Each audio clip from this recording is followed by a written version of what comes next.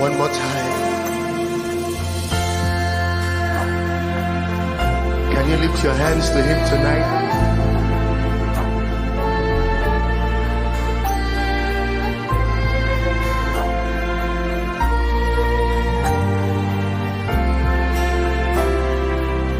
Sing hallelujah.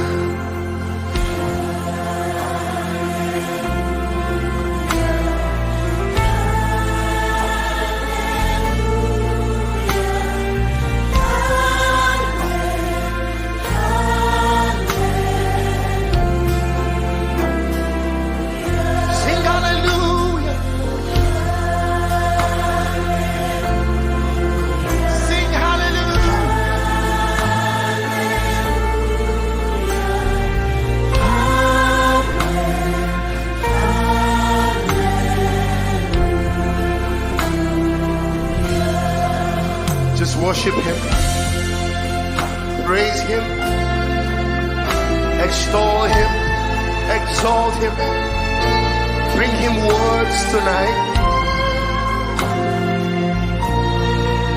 Let it come from your heart. One more time.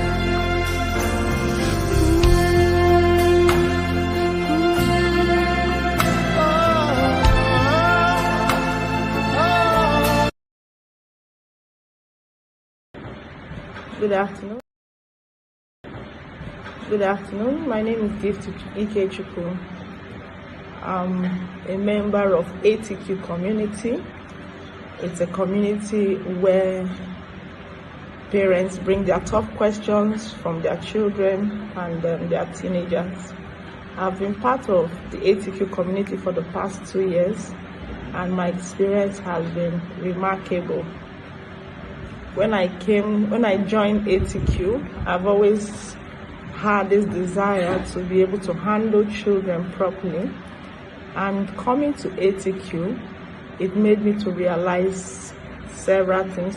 First and foremost, how to treat every child as an individual, and how to be patient to be able to listen to their various complaints. ATQ for me has not just only been for the children, it's also been for me. It has been a time of growth for me personally. It has also been a time of learning, relearning, and unlearning several things, because in ATQ we are engaged to read books monthly, and we also have monthly seminars which are power-packed information jam. I sincerely appreciate the convener of ATQ, Mrs. Stella Obong, for creating such a platform where parents can find answers to. Hi, my name is Onuoha. I'm a proud member of the ATQ community, and it has been a wonderful experience being part of it. I have been able to get answers to so many questions that I have about kids, about growing up. Times have changed, seasons have changed. Parenting is such a wonderful but different experience from when we're growing up. And to be able to get it right, you need advice, you need help. You can't do it alone. The ATQ community has helped in so many ways, from my teenager, the hormones, and understanding them, being able to bring out the best in them, in my children, being able to see their gifts, understand their gifts, and not get frustrated about it. I mean, there will be times where kids will frustrate you, kids will stress you, kids will tempt you. You can hear them knocking on my door right now.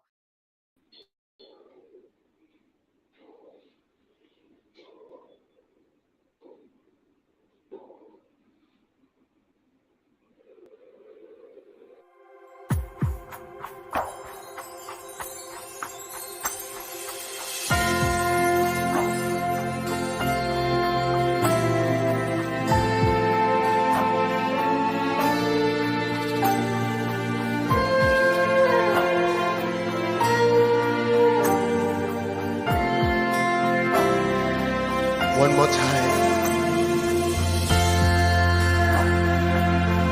Can you lift your hands to Him tonight?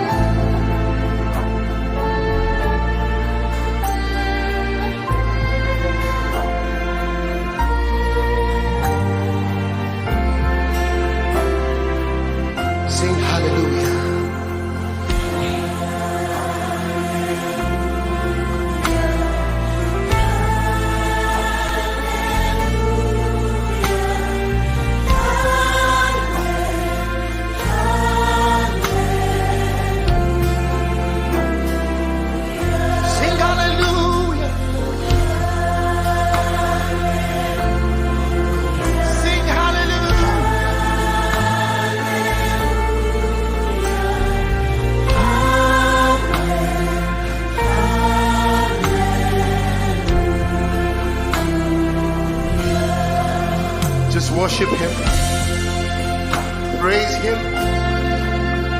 extol him, exalt him, bring him words tonight. Let it come from your heart. One more time.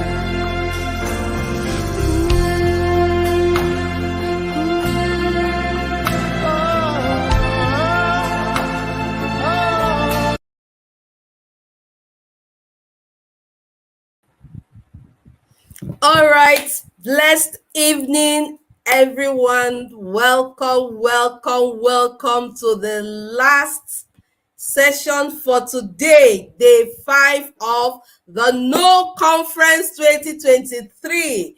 Wow, I am so excited. What started 5 days ago, Tuesday, we had Wednesday, we had Thursday, Friday, and today is Saturday. And indeed, it has been power-packed, knowledge-packed. It's been a season of feasting, knowledge feast. And I know that you have gained a lot. I have myself, and I believe that if you're watching, you have gained a lot. My name is Stella Chichi Oboko, and I will be your moderator for this evening. I want to say thank you to ATQ community. Thank you to 360 Connect for allowing me be your moderator this evening. God bless you. All right, welcome. If you have been in our sessions, any of our sessions today, I'd like to see your comments, letting us know what it has been for you. What has been your experience? What have you learned? What has the sessions been for you? I'd like to see your comments in the comment section. Yes. I'm waiting for your comment. Now, while I wait for your comment, who are we? ATQ, answering tough questions from children and teens. ATQ for short.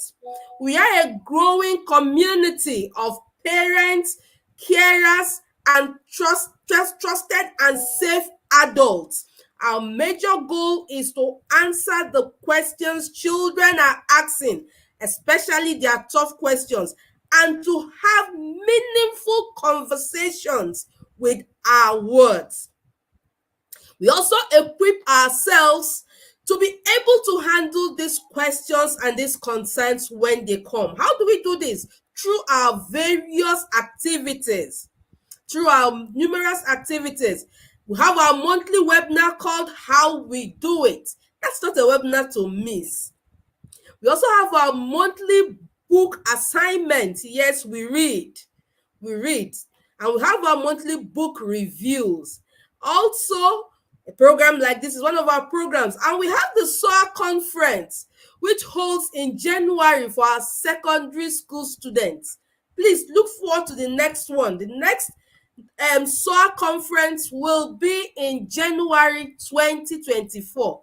That's not a conference for any of your child to miss. Okay, so while I still wait for your comments, if you're watching me now, please, 2 favors. Click on the like button if you're on Facebook and follow us. If you're on YouTube, click on the subscribe button so that you can subscribe to our YouTube channel. That's what I mean. Subscribe to our YouTube channel. Then the next favor I want you to do is to begin to share so that we'll have a fuller community. What we are discussing today is important. Tech. Is technology good? What are your complaints and concerns about this technology thing? We have a professional in the house today. This evening, we're looking at understanding and helping your words thrive in the tech space. So what has technology, or what have you heard about technology and children? This is a good time to come learn. It's a good time to come clear your mind. All right, so for me, I have learned a lot from the past the last session, and then from the first session of today, godly parenting. We started with godly parenting. My note is full, and then we moved to discipline. Please permit me to open my notes. Yeah, so in the morning, we looked at godly parenting, the three features: spiritual, sacrificial, and then sacrifice, and then be strong. You must be strong, you must be sacrificial, and you must be spiritual. Our speaker started by asking us, do you know God? He says there is no modeling godliness without knowing God. So the question is, do you know God for yourself? That's the starting point.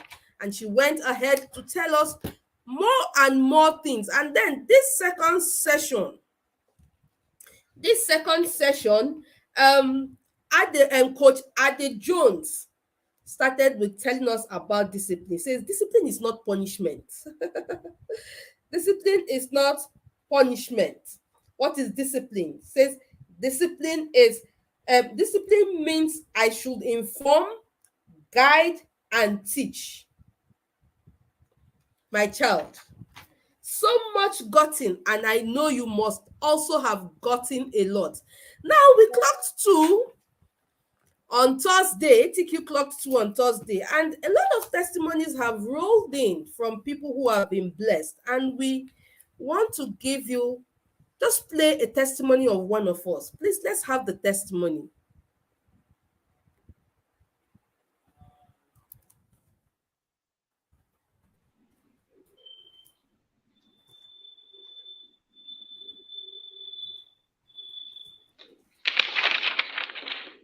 Studio, can we have our testimony?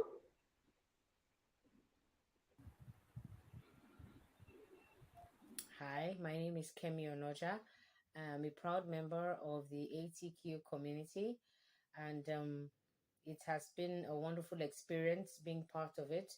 I have been able to get answers to so many questions that I have about kids, about growing up. Times have changed, seasons have changed. Parenting is such a wonderful but different experience from when we're growing up. And to be able to get it right, you need advice, you need help. You can't do it alone. The ATQ community has helped in so many ways, from my teenager, the hormones, and understanding them, being able to bring out the best in them, in my children, being able to see their gifts, understand their gifts, and not get frustrated about it. I mean, there will be times where kids will frustrate you, kids will stress you, kids will tempt you. You can hear them knocking on my door right now. But the ATQ community have helped with that, and answer questions, with ease, in fun ways, give advice from books, from people's experiences. It has been wonderful. I'm grateful to God for it. And I pray that whoever listens to this decides to become a member, you would not regret it. It's been an awesome experience. I take it from me, myself, and my generations, my generals are grateful for it. Thank you.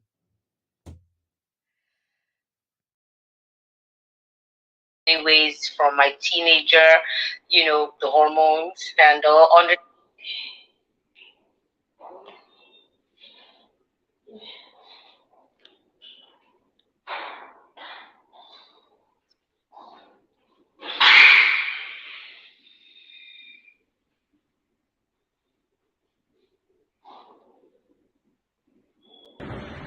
Good afternoon. My name is Ukeme. I'm a member of ATQ community. It's a community where parents bring their tough questions from their children and their teenagers. I've been part of the ATQ community for the past 2 years, and my experience has been remarkable.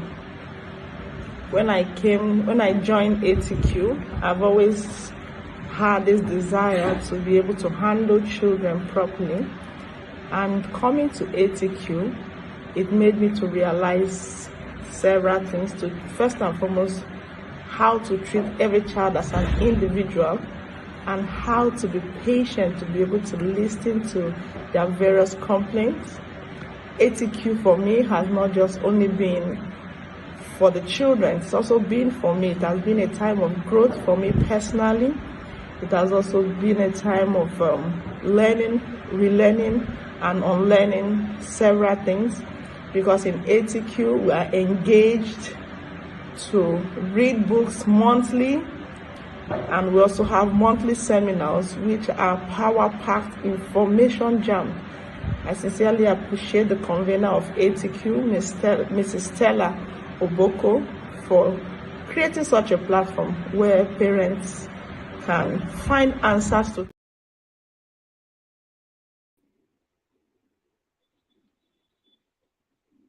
All right, good evening, everyone.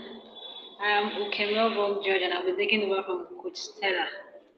Okay, our next session will be starting very soon, and we'll be taking the topic, just like she said earlier, we're taking the topic understanding and helping your world thrive in the tech space. And to be handled by Mr. Charles Onuoha. Quickly, we'll be taking a brief profile of Mr. Charles Onuoha. Studio, please.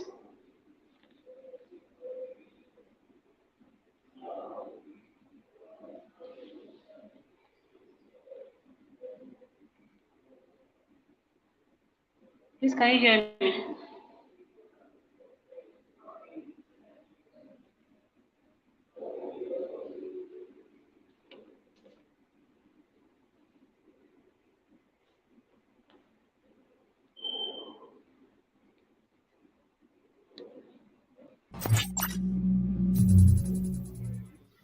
Mr. Onuoha Charles.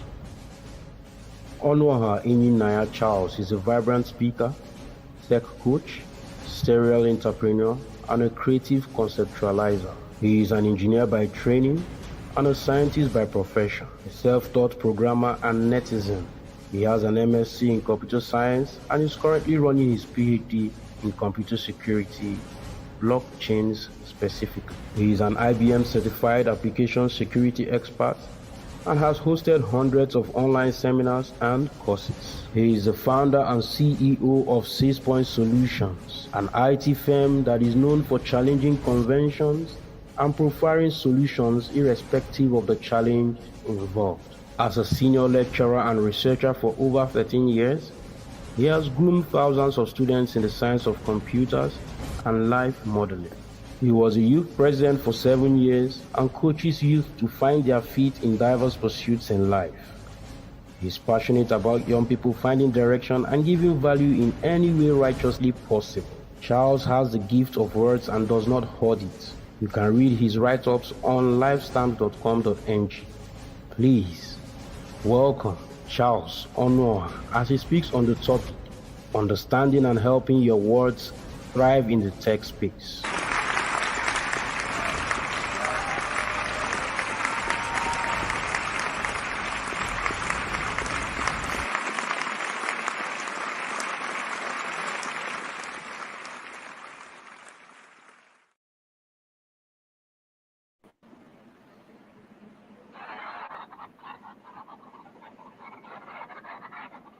Hello. Hello, good evening, sir. I believe I'm audible. Thank you for giving me this to be here this evening. It's a pleasure to share with us what happens in the tech space, how we can understand it, and then help our world thrive. Because we are the ones to. And today I'm going to be mentioning that might be a bit conversant to us, and some that we may not have even heard about. But you see, the first set of people to learn about tech should be the parents, should be the ones who have the responsibility to groom these words. And I'm going to be using some slides here, and I'll try to be as fast as possible so that we could ask questions, because most times I believe that answering questions solves more problems than just speaking. Okay, so we're looking at understanding and helping your word to thrive in the tech space. You see, it's your responsibility to understand your word and help your word to thrive in the tech space. What does thrive mean? Thrive means to grow. It means to prosper. It means to flourish. It means to progress. Once the word thrive is mentioned, it means you are going forward. You are not going backwards and you are not being stagnated. So once you hear thrive, it means in the tech space you have to be progressive. It means there's no room for ignorance. There's no room for stagnation. You just have to move forward, whether you know tech or not, whether you understand tech or not, whether you are in tech or not. If you're in the tech space and you need to thrive, it means you'll be moving forward. So I'm going to be presenting 3 core strategies that we as parents have to work upon. And these 3 strategies are interest generation, social behaviors, and security enhancement. So we're going to be taking them one after the other. Now, when it comes to interest generation, we must understand that many children do not even know what tech is. We are the first view of tech that they have. And you see, a child is going to exist within the sphere of the knowledge that you have created around them. If you create ignorance around them, they are going to thrive in that ignorance. You may not know how smart your child is until you have exposed that child to something that is different. You bring a certain level of tech near the child, and you suddenly find out some talents are coming out, some virtues that you didn't know about. So if you really want to help your child to thrive in the tech space, the first thing to do is to help your child to generate interest in technology. And how do you do that? You can do that in 4 ways. You're going to do it by sparking curiosity. Children are naturally curious. You know why? Because they are ignorant. They don't know much, but they want to know. There's an emptiness that they feel, and they always want to fill up that emptiness. And the easiest way to do it is to ask. That is why children are always asking questions, and they never ask stupid questions. Their questions may sound stupid because you have the knowledge and they do not. But if you were a child, you will know that your questions are so wise and so smart, so interesting. And once it is answered, a level of knowledge builds in you. If you need your child to function in the tech space, you need to spark curiosity. Tell the child how things work. Don't just allow the child to even ask you questions. Ask the child, do you know how this works? Do you know how this works? Some children just accept how things work without understanding it. You have to spark up that curiosity. Ask questions, introduce the child to a number of things that will cause the child to ask you questions. When you bring a particular level of technology and the child looks at it and says, Mommy, what is this? Daddy, what is this? He's trying to answer the questions himself. And when he's not capable of doing that, he poses the question to you.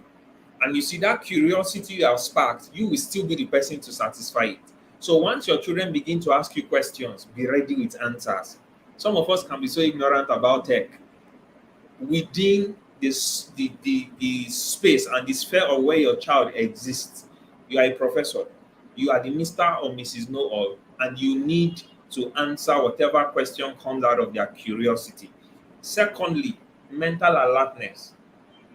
Many of us give rules, do's and don'ts to our children, and we think by so doing they are going to be morally upright and they'll be able to use their initiatives, they'll generate common sense. It doesn't come that way. There are factions of our brains that need to open up. There are interesting parts of our minds that need to blow up.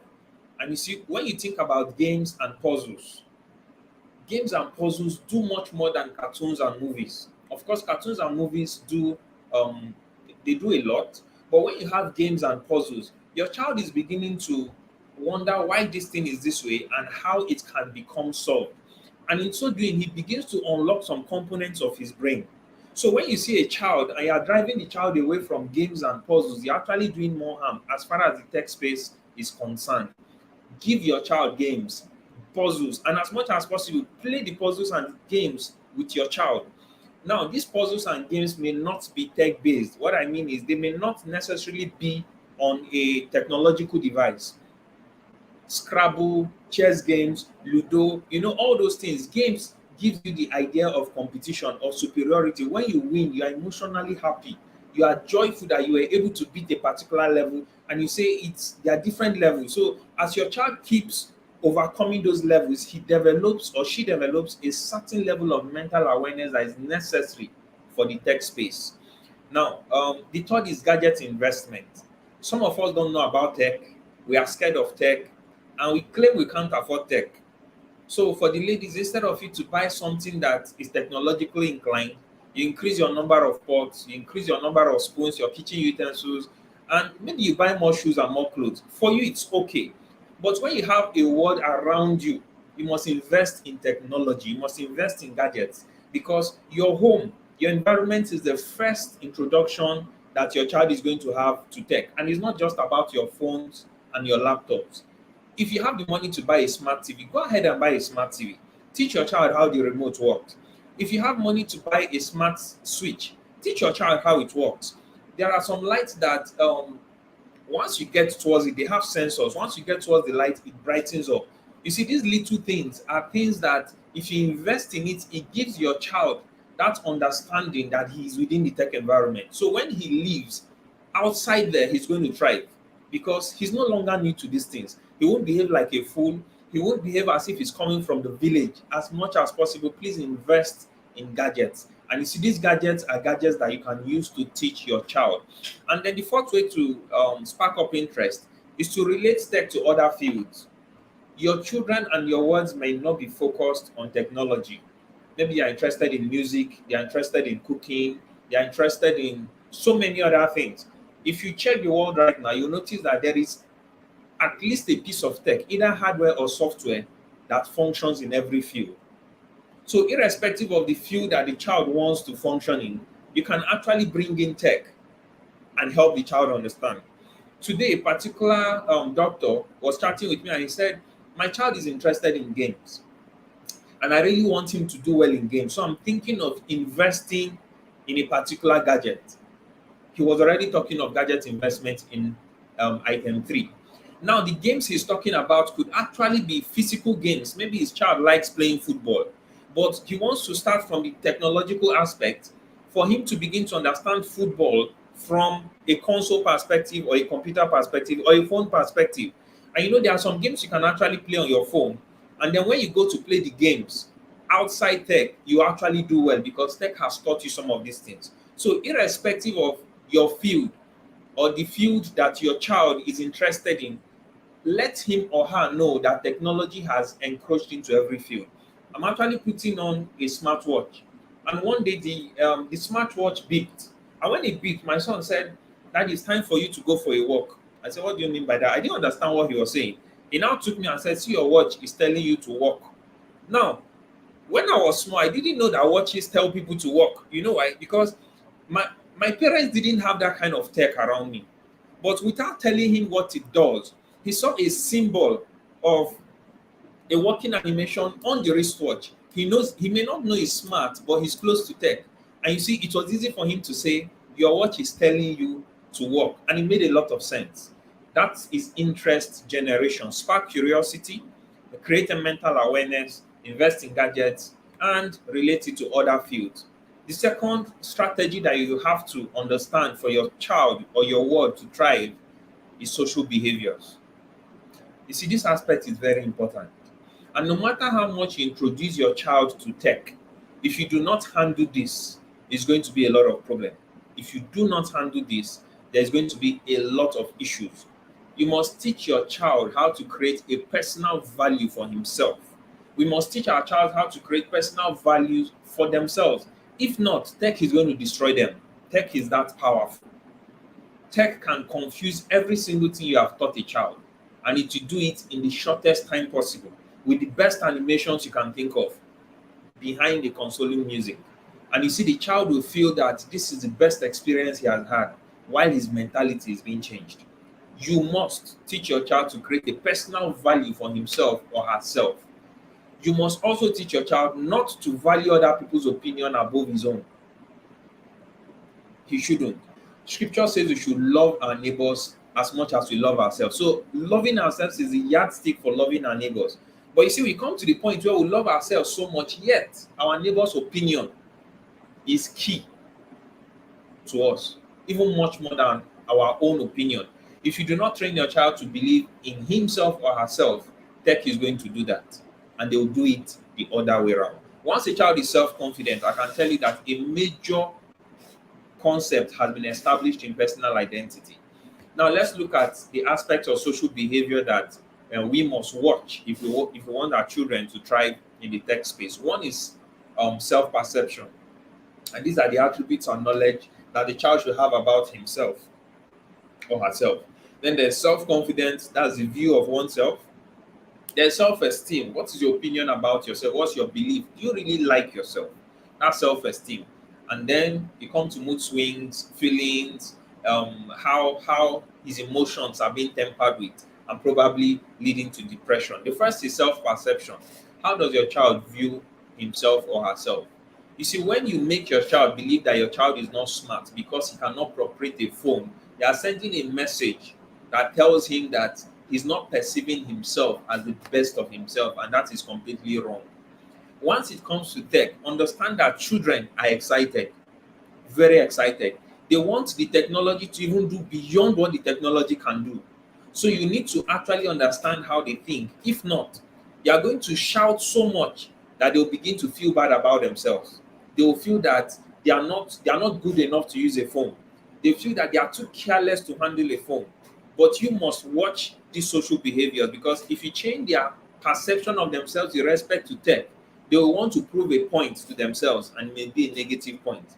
You must also look at the mental and physical attributes that your child has.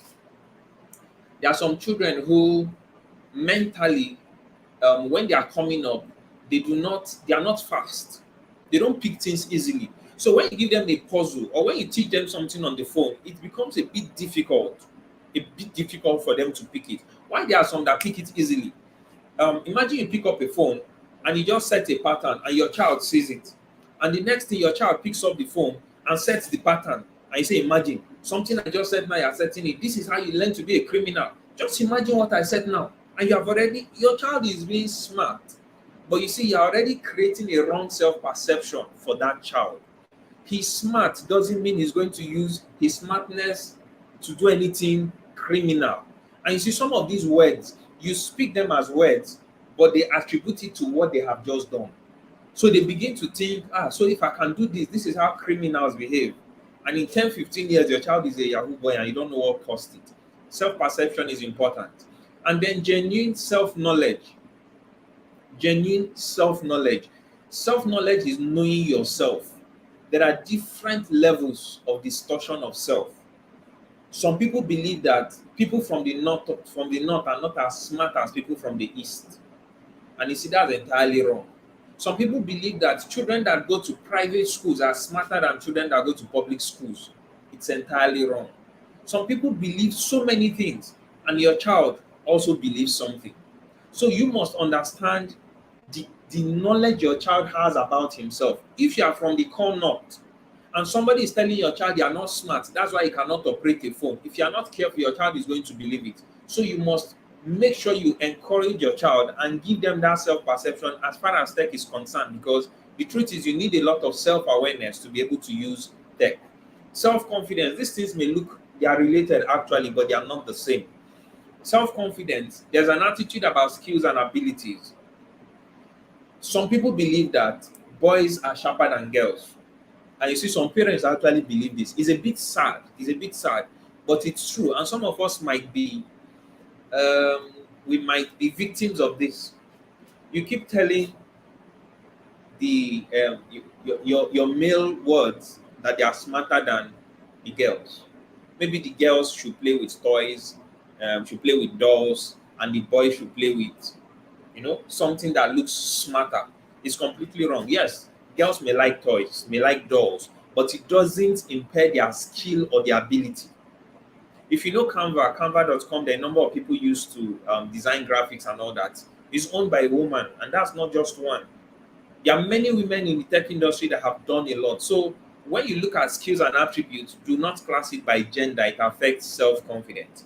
And irrespective of the confidence also, you must help your words to believe in themselves. So don't begin to say this younger one is smarter than this one because he knows how to use a phone faster than this. No, it's not. We're in a generation where even the young ones, the children that are born from the womb seem to already know how to dial calls. And so if you begin to compare them to the older ones, it doesn't actually give the older ones that kind of self-confidence. As far as tech is concerned, everybody can find his place. So teach them to accept and trust themselves based on what they have and the experience that they have gotten. Also, they should have a level of self-control in their life. You see, when your child is always eager to use the phone, always eager to use the phone. My son, whenever he hears a video from my phone, he quickly rushes, and he doesn't rush towards me. He rushes behind me. He wants to stay behind me and watch. And you see, I've become so conscious of that immediately I start it and he starts running. I don't stop it. I tell him to go back to where he is. I don't stop it because of him. I don't hide my phone because of my child. No. I teach him how to have self-control in the presence of technology. My child likes to watch cartoon. Of course, every child likes to do that. I tell him, you are going to watch this cartoon for the next 15 minutes. Why? It's not because he wants to sleep. It's not because he's going somewhere. Because if you always give a reason why they need to have self-control, the day there's no reason, they will not have the self-control, especially with tech. So I tell him, even if this cartoon is not over, you are stopping it in the next 15 minutes. Of course, he begins to check his time. That's the level of self-control. And immediately he gets there, he stops and he says, okay, daddy, so what happens? I say, change to my own channel. I want to watch my own channel. He's learning how to control himself. In the early days, he'll begin to cry, but now he doesn't cry anymore because he knows if he cries, it probably gets worse. So he has learned to control himself. Also understand the strengths and weaknesses of your word. Strengths and weaknesses of your word. You could have a child who has sight problem. It would be bad to always expose him to screen time. You could have a child who has an issue with calculating stuff. Anything that has to, everything about life has been embedded in tech. Watch their strengths, watch their weaknesses. Sometimes something happens and your child picks faster than the other. It is your duty to explain to the one who didn't pick so that everybody is at tandem with what is happening. If not, it will affect their self-confidence. Always present a positive view of your word to themselves, because as they are growing, they keep asking themselves, who am I? Who am I? And with respect to tech, if you don't teach them, they'll go online. They will learn it from the internet. They will learn it from other people who have used tech. And you see, it's going to cause a wrong image of themselves. Self-esteem, how do they value themselves? How do they perceive themselves? You see, some of these things look as if it is not tied to tech. But I'm taking my time to explain social behaviors because I've worked with youth and children a lot. And as far as it comes to tech, social behavior is what they don't understand. Yes, they understand how the buttons work. They can browse, they can do so many things. But you see, they do not understand when they become depressed. They don't understand when somebody likes their picture and doesn't like their picture. They don't understand when somebody makes a comment on social media that is self-degrading. They don't know how to handle it. And most times, tech doesn't teach you these things, but it is tech that brings it to you, closer to you. People can insult your child in the house where he is. 10, 15 people can insult your child and he has not left your house through technology. So if they understand social behavior, it helps them. Self-esteem is important. Tell them how to value themselves. Tell them they are princes and princesses and nothing should be able to control their lives. Tell them the child of who they are, right? Help them understand that their life is much more, it's beyond how they look and how they dress. Of course, they should look nice and dress well, but it's far beyond that. The opinions they have about themselves, the beliefs they have about themselves, especially the ones they feel is too difficult to change. You will help them know that you were once this way and you have changed, and you will help them work through it. Once a child knows that you are with him, he becomes bold, his esteem rises. It also affects the way they value themselves and how they like themselves. There was a young lady who came to me to mentor her. And then one of these days, because the people that I mentor, once they come into 6 Points, my organization, the way we take attendance is for you to take a selfie of yourself. You see, when you take a selfie, of course, they are not so small. They have smartphones. When you take a selfie of your phone, of yourself, you try to smile, you try to evaluate yourself anytime you take a picture, and it reminds you of who you are.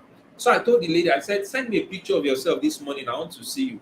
She said, me? I said, yeah. She said, me, this ugly lizard. I said, what did you just say? She said, ugly lizard. I said, did you just call yourself a lizard? And added ugly, an adjective to it. I had to explain to her that her perception was wrong. And you see, that was because of her self-esteem. I had to tell her, don't you ever say that, even if it's a joke.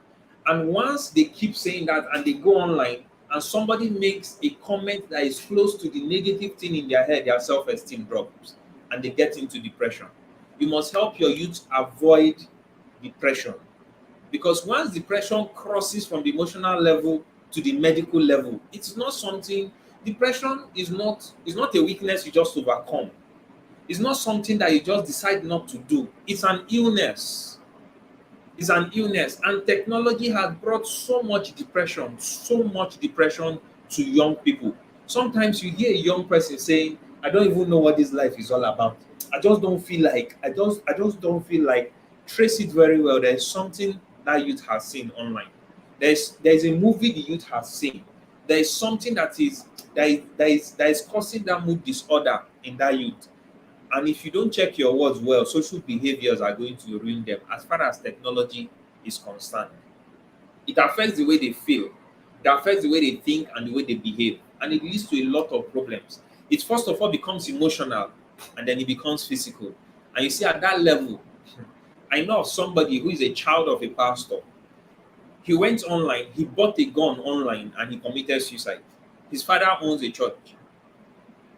Yes, and it was a global news. Saddleback Church in the US. Rick Warren, Purpose Driven Life, the author of Purpose Driven Life, his child went online, bought a gun, and committed suicide.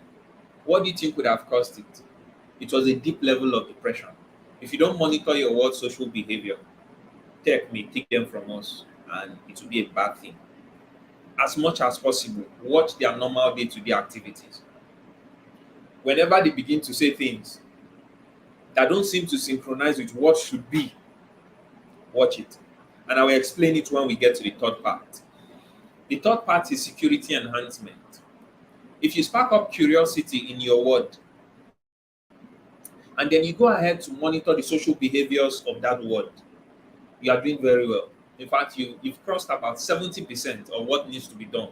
Because tech needs someone, first of all, as an object to project whatever information it needs to project. So if you handle social behaviors after sparking interest, you are good to go. But you see, when it comes to security enhancement, you need to do a lot of work, because this is where life makes sense. Life is not going to make much meaning without the concept of security. And security gives you the guarantee to progress. If you want to move forward, it's when you are secure. Whether it's in a marriage, whether it's in a relationship, whether it is in academic setting, whether it's in business, if there is security, you can move on. The insurance people give you a level of security. That's why you can be bold enough to do things. If you have a fire security, if fire got your shop, you have a certain level of security. As a word, if your parents give you a level of security, that child can confidently go and do what he wants to do. When I tell my boy, I said, okay, I've downloaded this movie and I've charged your battery and you're going to be able to, the way he tells me, okay, he doesn't confirm anything. He knows that I've ensured, I've given him a level of guarantee. Now, if you have guaranteed your device, it means you are guaranteeing the security of your word, and it gives them stability. Once your child is secured in tech, you don't have anything to fear. What are the security enhancements that we as parents must handle? One is a digital responsibility. You must discuss, you must converse.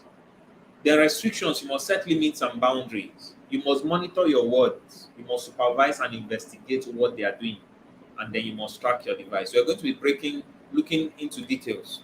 What is digital responsibility? Every parent has a digital responsibility. It doesn't matter whether you're in tech or not. It doesn't matter whether you understand everything or not. It doesn't matter whether you understand what operating systems are, artificial intelligence. Everybody uses tech. And it is expected that you should be one step ahead of your word. So you need to learn what you need to learn. There is Google, there are search engines. If you don't know what artificial intelligence is, Google it, read it. And I know you understand English. Ask one or two people. The more knowledge you have, the more secured your word is. Because when they come with questions and they find out that you understand these things, they are more secured. And they'll bring all their questions to you. And some of those questions can be very, very dangerous questions. You need to learn. You cannot afford to be ignorant as a parent or a guardian. You can't. In this generation, you can't. Your children are going to be faster than you, so you need to buckle up. So that when they say something, you understand. My child comes and tells me, Daddy, do you know that this person is not this person's friend? And I say, sorry, what are you talking about? Are they your classmate? He said, no, now, it's my cartoon. It's my cartoon. Don't you know my cartoon? Paw Patrol. Don't you know it? I had to start sitting down to watch Paw Patrol. I had to start sitting down to watch some cartoons so that when he talks, I can also talk. I said, okay, you like Catboy? He said, yes, now Catboy is very fast. And you see, before you know it, we are beginning to rapport. And once you create that kind of rapport, he's going to ask you so many things because children don't know when they leave the normal space and get into tech space. They don't. Everything is an experience for them. Everything is an adventure. When it comes to rules, before you enforce rules um, with your children, please ensure you discuss them. Your children are not slaves. Your children are not devices. You can just pick up your phone and set a password. You don't need to discuss with your phone. But you cannot just come up and give your child rules without explaining. Of course, you could have been doing that, but it is more effective when you explain. Of course, you may not need to explain in detail. You can say, okay, the reason why I am setting passwords on this phone is so that whenever you need to use the phone, you can ask me for the password and I'll give it to you. It may not look like it makes sense, but you are discussing with your child and you are telling him the reason, whether he agrees with it or not. It will shock you that your child will carry that same digital responsibility and go and tell his friend, do you know why my mommy used to put password on her phone? You say, no. It's so that whenever I want to use the phone, I will ask her for her password. And you see, sometimes my son is so happy to tell me the password of his mom's phone. Of course, he doesn't know the password of my phone. And I've told him that my own rule is that my phone is out of bounds to him. And he doesn't find it offensive. You know why? Because I discussed it with him. You see, this phone is very important to daddy. Daddy uses it to make money. Daddy uses it to talk to important people. Daddy, don't you have games on your phone? I say, I have games, but you can only play games when I am free. I say, okay. So, Daddy, when will you be free? I say, when I'm free, I'll let you know. But do not touch my phone. No problem. He's happy. He's okay. You know, I have discussed with him and I've set a rule, and both of us have agreed. Two cannot work together unless they agree. Sometimes your word just agrees with you. He has not agreed. Always discuss. It's part of parenting. And then explain what is inappropriate and explain what is morally wrong. It's not everything that is inappropriate that is morally wrong. When your child is looking at the phone and you call him and he answers you without raising his head, that's inappropriate. The device is already taking his attention. When your child is watching the TV and you are calling him, and instead of him to look in your direction, he's walking in your direction and he's still looking at the TV, that is inappropriate. And you see, you need to explain these things. It's not wrong to look at the TV. It's not wrong to look at the phone. But there are appropriate times to use tech and inappropriate times to use tech. If his sleeping time is 9 o'clock and he's still watching TV and looking at the phone, it is inappropriate. But there's nothing wrong in watching TV. Now, what he watches in the TV might be morally wrong and is left for you to explain to him. I've told my son, you see, whenever you see two people doing this, it's not good for you to look at it. So sometimes he comes and tells me, Daddy, something was happening and I changed the channel. And I was okay, that's nice, keep it up. He's beginning to learn what is morally wrong and morally right. And of course, when they cross some certain age, the rules are going to change.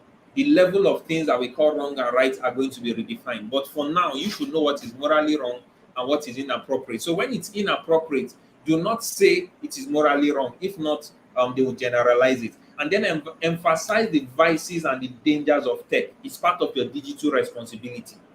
If a child keeps texting on WhatsApp and he doesn't use a dictionary or he doesn't write his words in full, it's going to affect him. It's a danger of technology. He will not know how to write formal letters. His CV will be in shambles. His exams will be messed up because he's learning communication and he's learning it wrong. It's a danger of technology. Of course, when you get into tech, those short forms, they are so wonderful. It helps you converse speedily and all that.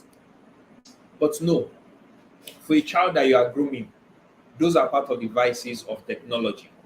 Then restrictions. When it comes to restrictions, this is where you need to understand some technical things. Almost every Android phone right now in the last 4 or 5 years have what is called a guest mode.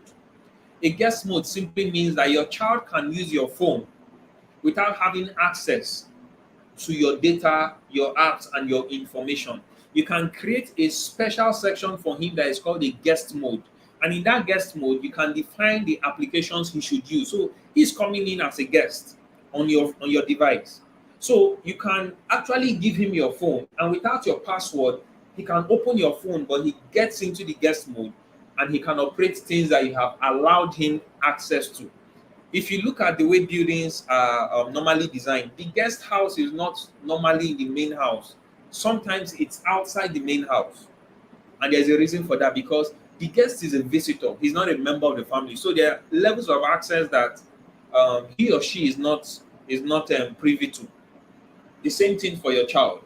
You can create a guest mode on your laptop. You can create a guest mode on your phone. It's not okay to stop your child from using devices. It's okay to control how they use it. And you can use your guest mode to control it. You can also use the kiosk mode. The kiosk mode is normally on Apple devices, on iPhones. What it simply means is you can define the particular app that your child should be able to use, only that app and no other app. On the Android phone, you can actually lock a particular app to the screen so that your child does not go outside the app. If you have a smart TV, or you have a console, a gaming console, PlayStation, for those of us that have games at home, you have this parental level where you set in passwords for specific aspects. So when they get to some settings that they want to change, they'll find out that they need a special password. Those are device level restrictions that you have to set. So don't just buy a smart TV and plug it to the socket and everybody's watching. No. Don't just buy a phone and say, yes, I want my children to learn tech, and everybody uses the same access as you are using it. It's wrong. There has to be device level restrictions, and you need to enforce them yourself. Then we talk about screen time. By research, it said that the youth of these days spend at least 7 hours of screen time. That's a lot. And you see, screen time reduces productivity, except they are doing something productive on the phone, and still screen time has to be reduced. If a child watches a movie for 2 hours, that's 2 hours screen time. And you see, sometimes you don't need to watch a movie at a stretch. If you're in a cinema, the screen is so big, it's not so close to you. Most people who watch movies are like this. There's a lot of problem that it causes. Normally, you should be this way. You should be sitting upright. That's how your TV is. That's how your projector is. That is how you look at people in a conference. But when you begin to do something like this, it's a wrong posture. And you see, it begins to affect your eyes most times because you are not looking up. And the amount of light around you also affects your screen time. In order to guide all these things, just reduce the screen time. Do not sit on the screen more than 30 minutes. There's nothing wrong in pausing a movie and going to do something else and coming back. There's nothing wrong. For your words, of course, for you, you can do an excess screen time if you want. It's still not advisable, but we are adults and we should define what we want. But for our youth, screen time is important. There are apps you can use to handle screen time. I think there's one that is even called Screen Time, which helps you allow your youth or your word to use the screen. And when it gets to the time you've set, it locks up the screen so that he or she does not have access to it. Then we have the app level restriction. In the app level restriction, you are not restricting the device, you are restricting the app your youth is using. You are restricting the app your word is using. In your browsers, you can restrict it. So that if they type some funny search queries, you will just discover that, no, they cannot access it, especially on the browser level. Sometimes they pick up your phone. Some of them are very, very smart. They pick up your phone, they type something particular in your phone, and then instantly, pornography jumps out. A number of things you do not want them to see comes out. In order to prevent such things, because you never know when your youth can do that. If you need to prevent such things, it simply means that you have to set some app level restrictions.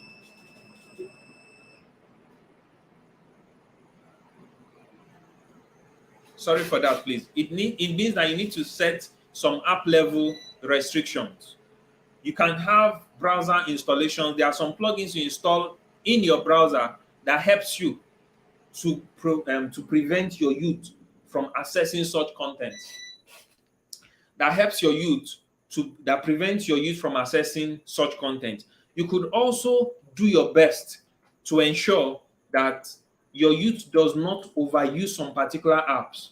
I can't remember these apps, but I'll try to send us a list of apps after now, maybe to ATQ directly, so that we can install some of these apps on our devices. You could actually check what your youth is doing with a particular app. How many hours has he stayed on WhatsApp? In fact, every Android phone has that. How many hours has he spent on Facebook? How many hours? Now you can allow your youth to spend like a week free using apps. Then after that week, you check how long your youth has used it. When you now see how long, you now begin to set a restriction. Some of us run to Instagram and we set a restriction, and our youth is on TikTok. Some of us go to TikTok, we go to Facebook, and we set restrictions there, and your youth is on YouTube. You need to know where your youth affinity lies, and that's where you set your app level restriction. And you see, of course, I said you should always discuss, because most of the words you see, once there's a restriction, they try to break it. So they begin to check, and most times they will always find a way to break it. If they don't, they will ask somebody else, and they communicate more than you think, and they will be able to break it. But there are some app level restrictions that they wouldn't even know that these apps have been restricted. They will just not work. And then the last is operating level restrictions. When I mean operating system level restriction, what I mean is you have the Android phone that is an Android operating system. Then you have the Apple that has the iOS. You have the Windows that has the Windows operating system. The operating system is the software that helps you to use the hardware, right? Now, there are some things you need to disable in your operating system because of your word if they are using that device, especially if it is their own device. Sometimes you give your child your phone, and before you know it, he has bought games. Why? Because sometimes we attach our credit cards to things we buy online. We attach, we have made some monetary commitments and placed them in wallets. Maybe you have a Google wallet and you have money in it, and your child just sees a beautiful game and he says install, and he clicks install, and he sees 400 naira continue. He doesn't even understand what he's doing, and he clicks, and 400 naira disappears, and he has bought the game. He's not supposed to have gotten to that level. It's because there was no operating system level restriction. If there was, he wouldn't get to that level. And you should also disable your synchronization settings. Sometimes your word goes to a particular game and the game says update, and instantly begins to update and synchronize, and it uses over 10 gig of data. And then you suddenly want to do something in an emergency and you don't have data anymore. Your child is not thriving in a tech space. In fact, you also are not thriving. You must disable some of these sync settings on your phone so that when you want to use them, you can set them up yourself to avoid your child either ignorantly or intentionally upsetting the balance, increasing some financial situations for you, and also downloading things that are not necessary. Sometimes there are some apps you need to lock up your app store. So if your child needs to install an app, he needs to take permission from you. You scrutinize the app and then you install it. You find out whether the app makes sense or not. Sometimes you want to use your device and it begins to get slow. And you're wondering, this phone I bought just 2 months ago is already slow. Check it. You probably have 50 games on your phone that you don't even know about that have been installed over and over because they are synchronizing themselves and they are installing other games. And when your child sees an advert and he sees a game, he sees something interesting and he says, click here. He doesn't know why he shouldn't click it. He just clicks it and goes. So in the space of playing one game, especially those of us that play free games, you see a lot of adverts encouraging you to install more games and they keep installing. So you must have app store authorizations that will restrict them. And these are operating system level restrictions.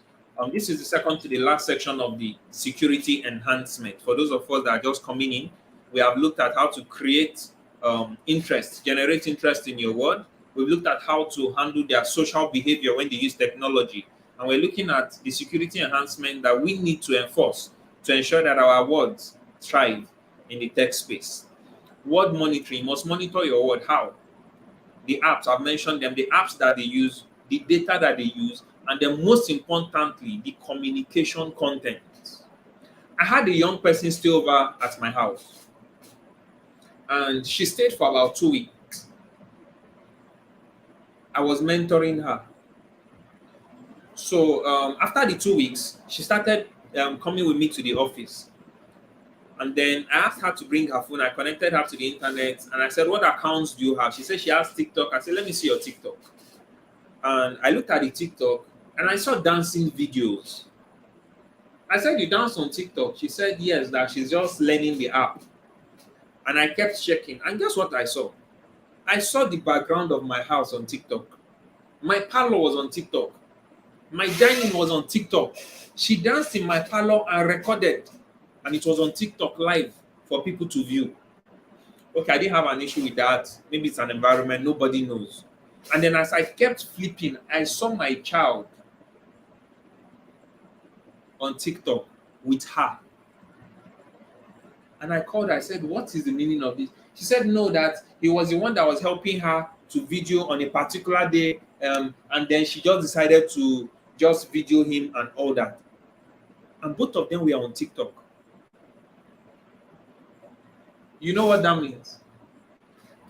I was not monitoring how she was communicating. I wasn't monitoring the content. And I asked her, I said, "This shirt I saw you with on TikTok, did you wear it in my house?"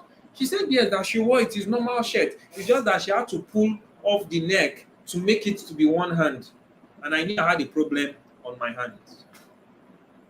Some of us don't know what our words do. Monitor them. Become their friends on social media. Find out the names they use. Most times they don't use the names you gave to them, so that you don't even trace them. You can check their phones. Catch them unawares and say, "Let me see your phone," or "Let me install something for you," and just check. And when you see those things, don't begin to shout. Monitor them. Monitor what they consume so that you will know how to help them. Their behaviors also. When you notice that your child is overly excited whenever light comes, whenever he or she needs to charge the tablet or the phone, you need to be careful. I'll still use my boy as an example. Most times, once the tap begins to go down, he starts saying, "Daddy, my battery is dying. I want to charge it. Where's your power bank?" And his temperament begins to change.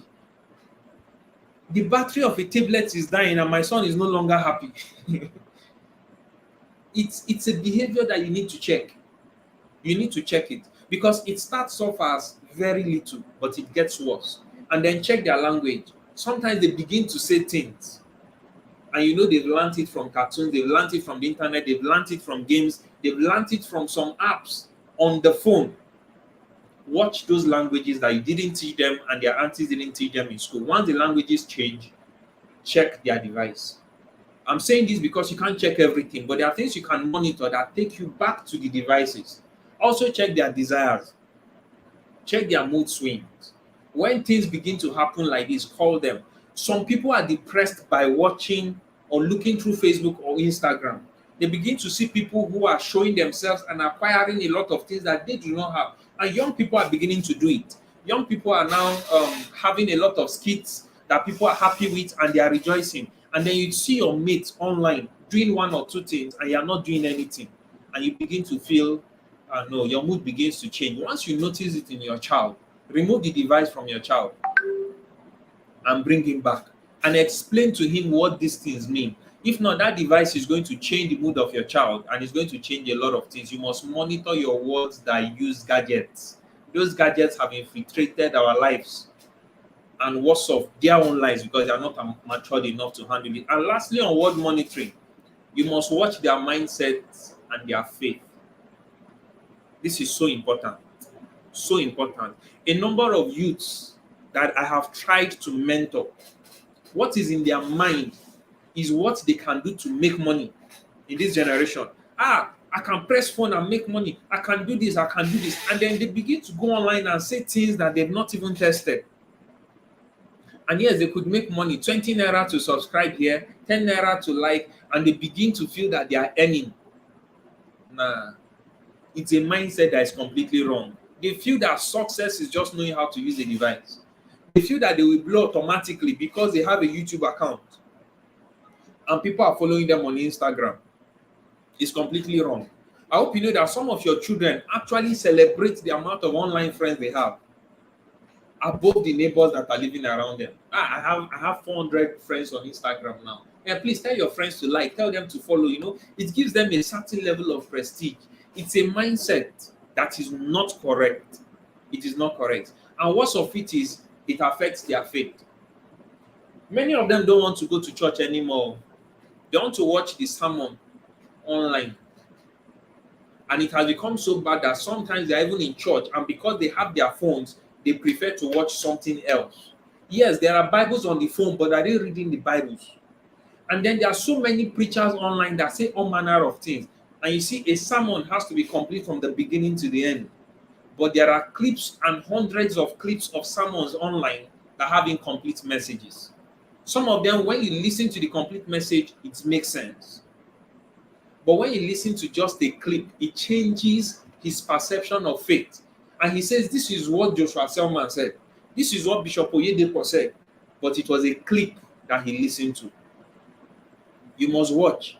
Once they are beginning to say things that are outside the basic tenets of faith, watch it. Once their mindset is beginning to switch to the sharp things that they need to get to do, you must watch it. And most times it comes from those gadgets. So you must monitor your words. And lastly, you must track your devices. If you don't track the devices that your words are using, it's as good as exposing them to danger, even physically. Once you buy a device, aside all these things I've said, one of the most important things you must do is to ensure that that device is tracked. You know why? One day your child is going to be somewhere you don't want him to be. And if you are tracking your child's device, you'll be able to find your child. And there are so many applications you can use. If your child is not old enough to use a smartphone, you can get a small watch, a GPS watch. There are quite a number of them. And you know, young ones like to wear colorful watches. It's a GPS watch. Wherever your child is, you'll be able to know. So tracking the device your child is using is as good as tracking your child. Always activate your cloud-based security on Android, on iOS, on all the devices that you use, both for you and your ward. Because if you can track the device your ward is using, you'll be able to also track your ward in the case of an emergency or unforeseen circumstances. And also ensure that the location of the device is always on. That's the best way to track the device because it needs GPS, it needs to send location, and there are a few apps you can install on the device before you give it to your ward. There's a very simple one. If you go to my Facebook page, I have what I call App Aid, and I've discussed one or two apps that you can use. There's Crew Catcher. You can use Crew Catcher to track your device. You can also use, there's one that tracks by WhatsApp. So once you send a particular word to the WhatsApp of your child or your ward, it will automatically reply you with the exact location of that device. So you will know where your child is and you can use it on Google Maps. These applications are actually free and it's something you can use to ensure that the device is safe and your child is safe because sometimes the device can also be stolen and it's good that you recover a device that was stolen probably from your ward. And then lastly, ensure that basic locks are set. Don't say, no, it's my phone. Anybody in my house can. I don't put password on my phone. Please put password on your phone. You know what you're saying? You're trying to say, I have a can, I don't lock it. You're trying to say, I have a door and I don't lock it. You should lock it. Use passwords, use patterns, or you can use a smart lock. I use a smart lock for my phone. And the smart lock is my wristwatch. So whenever my phone is close to my wristwatch, it is automatically open. But whenever my phone is not near my wristwatch, it locks up itself. That's a smart lock. And I know why I did that because I open my phone a lot of times. But aside the smart lock, I also have app locks. There are different levels of locks. So if you unlock my phone It doesn't mean that you can use my WhatsApp. It doesn't mean that you can make call with my phone. There are still apps that are locked. It doesn't mean you can just jump into my photos and begin to check things. There are different levels of locks. And for your youth, there are some locks you should enforce, because somebody could pick up your words phone and do something about it. Especially if there's no password, someone else can password the phone, and you just find out that you are already in a kind of mess. So tracking your device is a very excellent way to help your word to thrive in the tech space.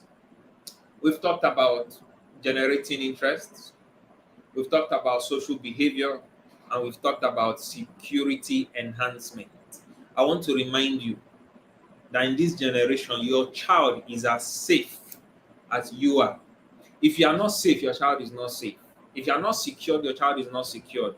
So don't leave all the tech learning to the Gen Zs. Don't leave all the tech learning to the young people and say, hey, come and teach me how to do WhatsApp. Go and learn yourself. You are not too old. And you see, if you do not learn these things, it is as good as being irresponsible towards your word. A time is going to come that the technology we are using now, the outdated, and a deeper one. Blockchains are coming.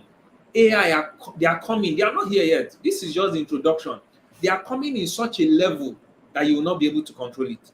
So right now, do the best you can so that your child will have these embedded virtues, and if he sees a device, he will control the device rather than the device controlling him. Um, I believe we've learned quite a number of things. I apologize for my slides being a bit wordy instead of more interactive, and probably I should have made it more practical. But I said these things so that there will be questions that will be generated in our minds, and we can ask so that we can know how to answer those questions and settle it.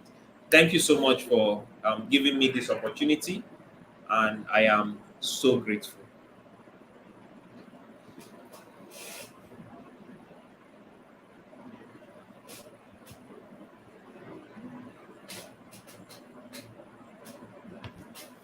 All right, thank you very much, sir.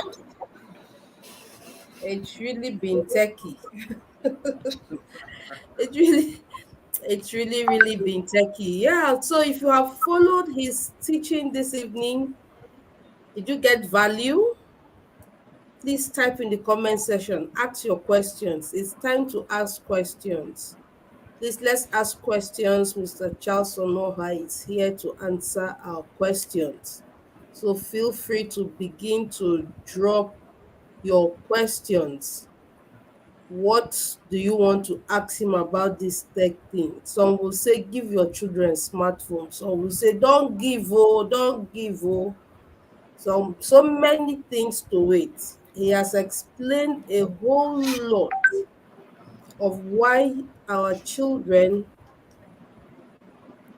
why we have to help our children thrive in the tech space. Whether we like it or not, it is their world, it's their Sure. time. Someone said we are all migrants.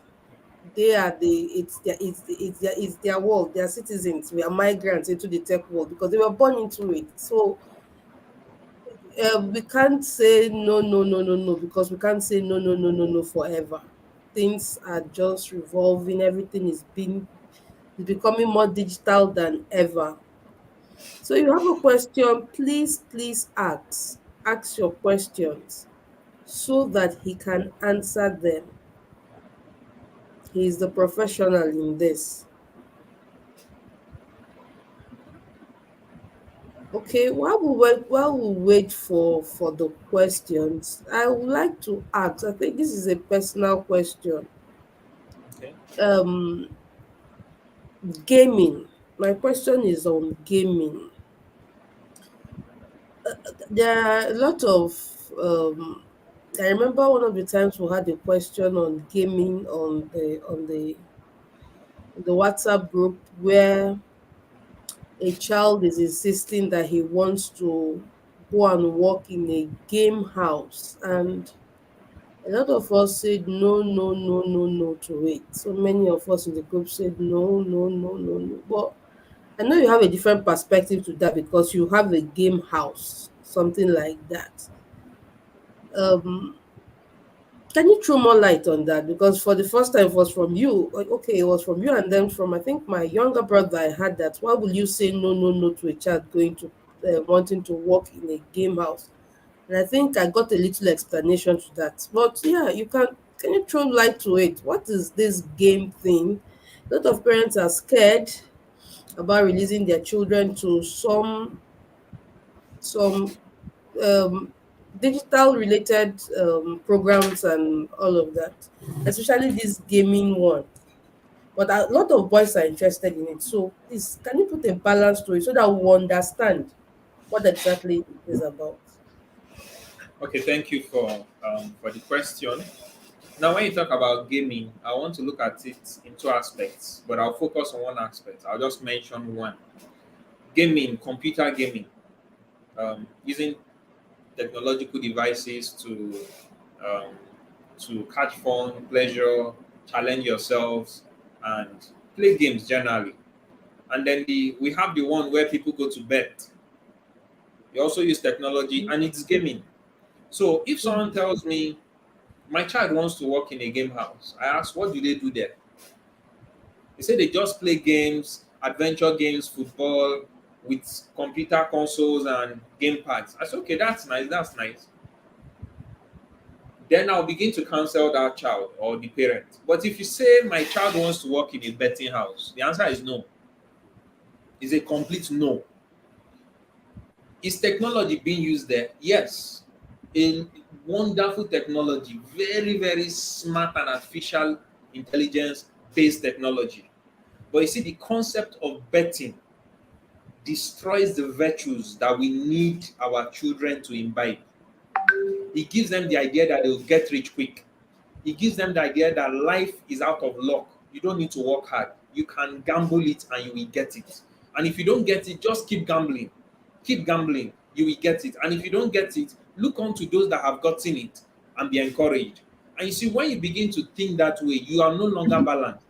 You will not think of those that lost. You will not think that somebody lost a million times. You only be counting those that have succeeded.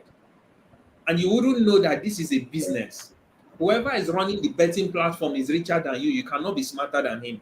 And in the end, it becomes an addiction for you while it is a business for him. The game house controls the emotions of many youths. Bring in 100 naira and you win a million naira. In fact, if you watch online skits these days, video skits, the game houses, the betting houses have actually paid these influencers to keep advertising, so that once you watch a funny skit, in the middle, they come and tell you, how do you think I'm getting all this money? All you need to do is use my promo code and do this and do this and do this. And it's killing our youth. And let's tell ourselves the truth. Nobody wants to be proud enough to say my child became rich by gambling. Nobody wants that. Or I achieved this by gambling. And if you check all the gamblers, they have a particular lifestyle. They are irresponsible. Because any money that you didn't get by hard work, you will not have the wisdom to handle it. So if that bulk money is given to you without the attendant wisdom, you are going to waste it. But when it comes to playing computer games, I personally will encourage every parent not even to start from going to the game house, to start from your house, from your phone. The easiest way for children to learn even academically is by gaming, because they don't even know they are learning. They think they are playing. And that is why most times I'm against children going to school by 7 o'clock and staying till 6 o'clock in the name of extra lessons and all that. They need to play. They need to play. That's how their head opens up. So when it comes to games, you see, that game doesn't look as if they are learning, but they are learning. They begin to open their minds. They begin to open the possibilities. They begin to see that this is a challenge that I need to step up to, and they challenge themselves. So if you allow your child to play games on your phone, games that you have monitored, it becomes easy. But if you don't, if you keep stopping them from going to game houses, the day they are not with you, where do you think they will go to? That same place where you've been stopping them. And they will go with people, and they will even want to go and play worse games. But once they have started playing some games at home, games that open up their IQs, that improve their consciousness and all that, by By the time they get to the game house, they know exactly what to do. But it's also good you monitor them. Somebody cannot go and play game for 6 hours in a day. Stretch. It doesn't make sense. Very soon it will get to addiction. You don't form a habit, a good or bad habit overnight. It's something you do consistently and it becomes a part of you. And sometimes it becomes too strong to break. So even if it is okay, go and play 30 minutes and come back, at least he is playing and he's restricting himself and controlling himself. But when you say you're on holiday now, so on Fridays and Saturdays you can play, and he goes out in the morning and comes back in the evening, and all he's doing is playing games. No, it's not correct. It's not. And actually, in game houses, you meet a lot of people. So if you haven't actually trained your children well, you will lose them in such game houses. Yes, they'll be playing, but I hope you know that Yahoo boys visit game houses because that's where they hide out, some of them. So when I saw it, I didn't want to start a game house because I didn't want to attract them. But then I understood that every businessman chooses his customers. The rules in your game house will choose the kind of customers that come to your game house. I have 3 game rooms, and the rooms in my game room, in fact, most people do not come to my game room. They will tell me, I can see CCTV cameras, I don't want to come. Why are you dodging from CCTV cameras? They tell me, no, they are saying that we must pay before we play. Why are they saying that? They are saying that we must do this, we must do this. We have a lot of rules. There's a way you dress, there's a way you talk, there's a way you sit. And you see, these are not things that happen in game houses. Game houses, you pull your shirt, you behave anyhow, everybody you shout, just like football viewing centers. I noticed that if you get into a business, you can redefine it, especially if you have a standard. And so if you see a good game house, I have so many youths that work in my game house, a lot of them, and I use the game house to actually groom them. One of them has started learning programming, Unity programming. He has started designing his own games. He has a YouTube video where he's posting games that he even comes to play in my game room and post it online. And he's gainfully employed online. So people are following him, and I know that I'm also monitoring him. I check his videos. I say, how did you edit this? This is not necessary. This thing you said is a lie, is this and that. And I am mentoring him. But I am not guaranteeing that game houses are very safe. No. Actually, they are more dangerous than safe. But if you have trained your child well and you know how the game house runs, then I think you can push them towards that direction. Alternatively, you can start a game house in your community. A good game house where your children can play safe. Yes. Okay, you talk about the game. I don't know. For me, maybe I'm yet to understand the game thing. A lot of games support violence, especially the ones I see that boys like to play. Anyone that has to use gun, slash the throat, Yes. shoot, roll on the floor. I have boys, so maybe that. So I've noticed that I'm not comfortable with. Maybe I have. When you put the educational games for them, they don't get attracted to those. But any game that pumps adrenaline, I notice Amen. that boys are interested in it. So, uh, to me, that's a me. I feel that so many games, especially for boys, support and encourage violence. So, are there games that you can suggest to us that boys can still play, pump this adrenaline without being violent? Thank you. And a number of things you said are facts. Facts that I can't deny, no matter how much I want to try. You are very correct. And as much as I share your concerns, I grew up being a boy. And I can tell you that violence sells. It sells. But you see, as young boys, we don't see it as violence. We prefer action films. And you see, those action films, what is basically happening is that there are good guys and there are bad guys. But most parents are seeing the bad guys.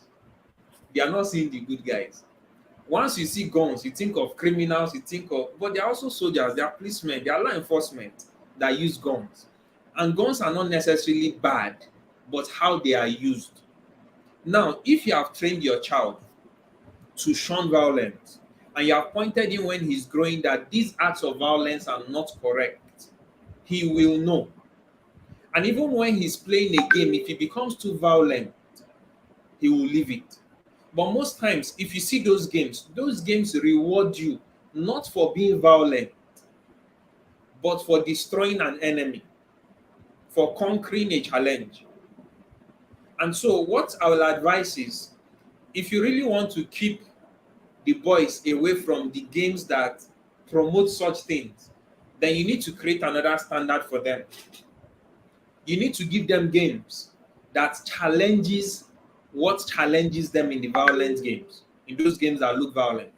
Now, if I see my son saying, Daddy, I want something that I can be shooting, I understand how he feels.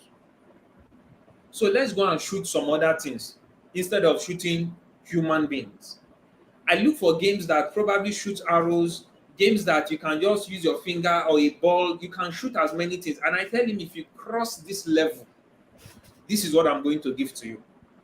Now, what you have simply done is that you have removed his attention by putting a prize on a game that wasn't catching his attention before.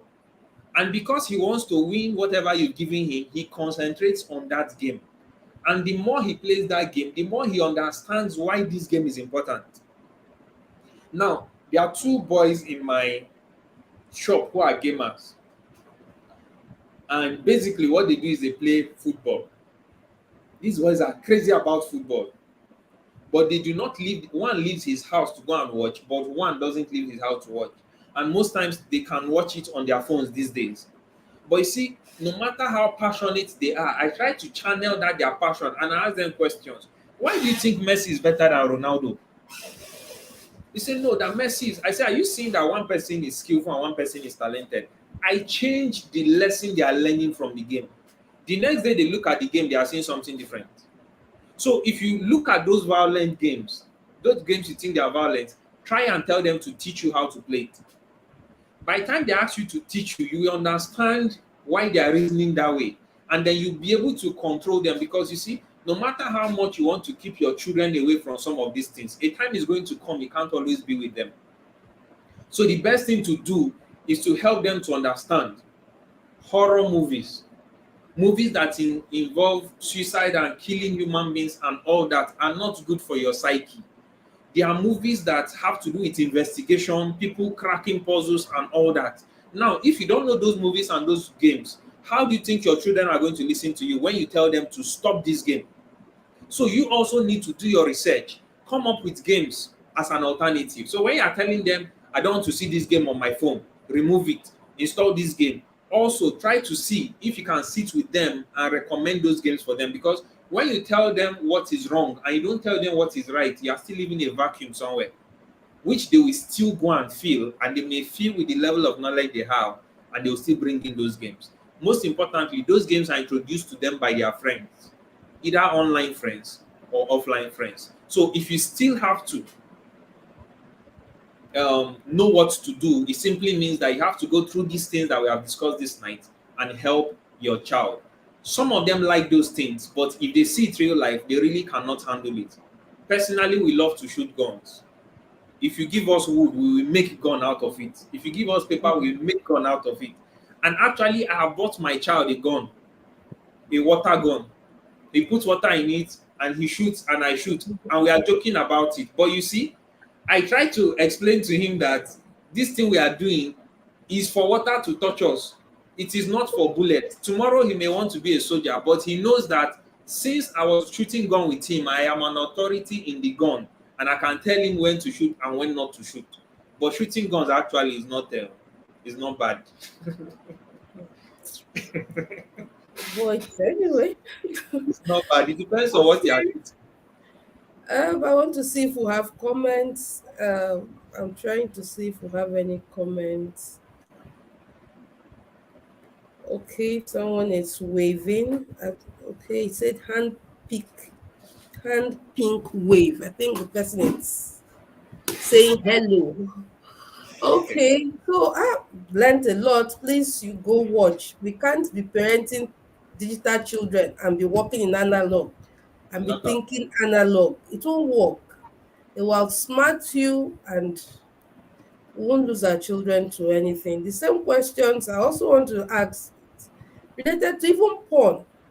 Like you said, technology can destroy a child if not properly handled. Yes. Yeah, it can be a weapon that helps your child thrive, or it can be a weapon that will destroy your child. But there is so much to do, so much to do. If we must allow our children use tech. I wanted to talk a little about having a I've forgotten the words now I wanted to use. What age? Yeah, one of the questions I missed. What age is appropriate to hand over a smart device to a child? What's I your didn't get advice? What age is appropriate to hand over a device to a child? You see a child of 2 years already handling a device, you see. So what age do you think is appropriate to hand a device, whatever smart device, especially phones and tablets, to a child? under supervision or without supervision. Both ways. Okay.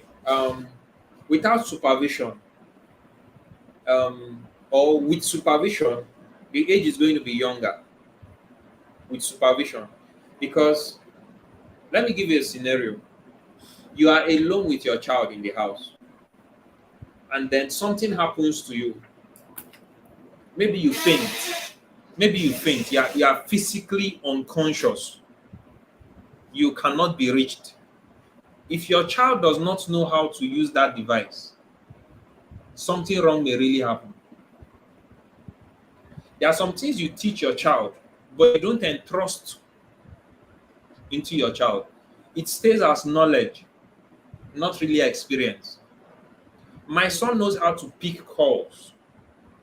He knows how to dial calls, but he doesn't have his phone. He's 6 years old, and he has no right to pick up a phone and dial a call. In fact, he doesn't pick calls unless he's asked to pick. But if my child is 6 years old and he doesn't know the difference between the green button and the red button, there's a problem. Big problem. The But do we child even needs need to teach them this one? Green button, they come from the womb, they know how to operate these ones, like to green already button know. and red Yes, button. they you say they come from the womb. Yes, they already know. But it's not from the womb. They knew it by watching you. They knew it by watching you because they are very observant. That's how they learn. So my child should know where music is. He should know where pictures are. Those things are really, really necessary. But he should not touch the phone without permission. So the day he says, Daddy, I want to see those pictures that we snapped in church, I can give him the phone, teach him where the pictures are, and he can. And once he's done with the pictures, he returns the phone. He doesn't go elsewhere because he knows his restriction. My child says, Daddy, I don't like this Omo Baba song. I want to change it to Under the Canopy. He already knows exactly where the songs are, and he knows how to play those music. Now, if he's playing music, Christian music, and he's helping himself, he believes that that gadget is used for playing Christian music. When we snap pictures and he sees it, he believes that the gadget is for snapping family pictures. So I'm giving him an understanding of what that gadget is, and he doesn't even know it is a harmful thing. But when you keep trying to prevent him from using it, every child knows that whenever daddy and mommy says you should not touch this thing, there is something you need to touch inside. That's why they are saying that. So under no supervision, if there is supervision, sorry, as early as 4 years old, you should start introducing your child to things. You know why? Because if you don't, they'll go and learn it. When you are sleeping, they'll pick it and begin to press. In fact, they can try your password a number of times until your phone locks itself. And then you have to start looking for you, and they'll tell you, maybe they may not even know what they were doing. They will just be playing with the touch screen and something happens. So there are some things you need to tell them. You see, when you press this and it doesn't open, just know that you don't know the password and leave it. There was a day my son brought my phone. Okay, he tried the pattern about 3 times, and the phone started shouting. I said, Daddy, your phone is shouting. I said, didn't you touch it? He said, yes, I was just trying to open it. I said, why were you trying to open it? He said, Daddy, what did you put inside? Why was he shouting? I said, anytime you try to open my phone that I don't give you permission, the phone will shout. He said, I said, yes. He has already learned that there are security features on the phone. In fact, the phone took a picture of him and I showed him. I said, come and see your face. You see, this is what you are doing. And you did not tell me, is it correct? He said, no. Next time, don't do it. If you need my phone, ask me and I'll give to you. And truly, I will give to him. But I will give to him and monitor him. In the next 5 years, my son may still not have a phone, but he has a tab. He has a tab. And you see, that tab is filled with educational videos. The tab will not connect online for him to download anything. It is just for him to watch what I put there for him to watch. So I have given him a tab, and sometimes I don't supervise him. Sometimes his friend enters and he says, come, let me show you this game. And he has shown me some games, and I'm shocked. I'm like, you know how to play this game? Very educational games. And I'm happy the way he reasons when he plays those games. Without those tabs, I will be the one to sit with him and teach him those games. And sometimes I sincerely do not have the time. So for the tab, I can give him a tab and make sure that I have set boundaries on the tab that he cannot go outside the tab. But because the phone is not that way, I have to use the phone under direct supervision. When your child is going to secondary school and phones are allowed in secondary school, I think you should start with a cell phone, not a smartphone. Basic communication. Call me, I call you. Yes, your child is going to see everybody with a smartphone, but you must have discussed about smartphones before your child leaves the house. So that when you give him a smartphone, he values it, especially the females, because people are going to entice them with smartphones. People are going to borrow them smartphones. But you must have discussed with them and say, I'm not giving you a smartphone, not because you are not responsible, not because you can't handle it, not because I can't afford it, but because I need you to focus on this and this and this. And I promise you, once you do this, this is what we are going to do. Do we have an agreement? Once you agree with your child, it will shock you that your child will honor the agreement. But when you just give instructions without discussion and agreement, your child is bound to find a way to break it. And he'll break it in such a way that he wouldn't tell you because he doesn't want to offend you. And he doesn't want you to see that he has done wrong. And that is what drives them deeper into darkness. So much learned in one evening. I hope we have learned. I hope we have learned. I hope we have learned. Our time is fast spent. There's this other one that is driving up. How am I so boys? Blockchain. Everybody want to buy Bitcoin. Everybody want to.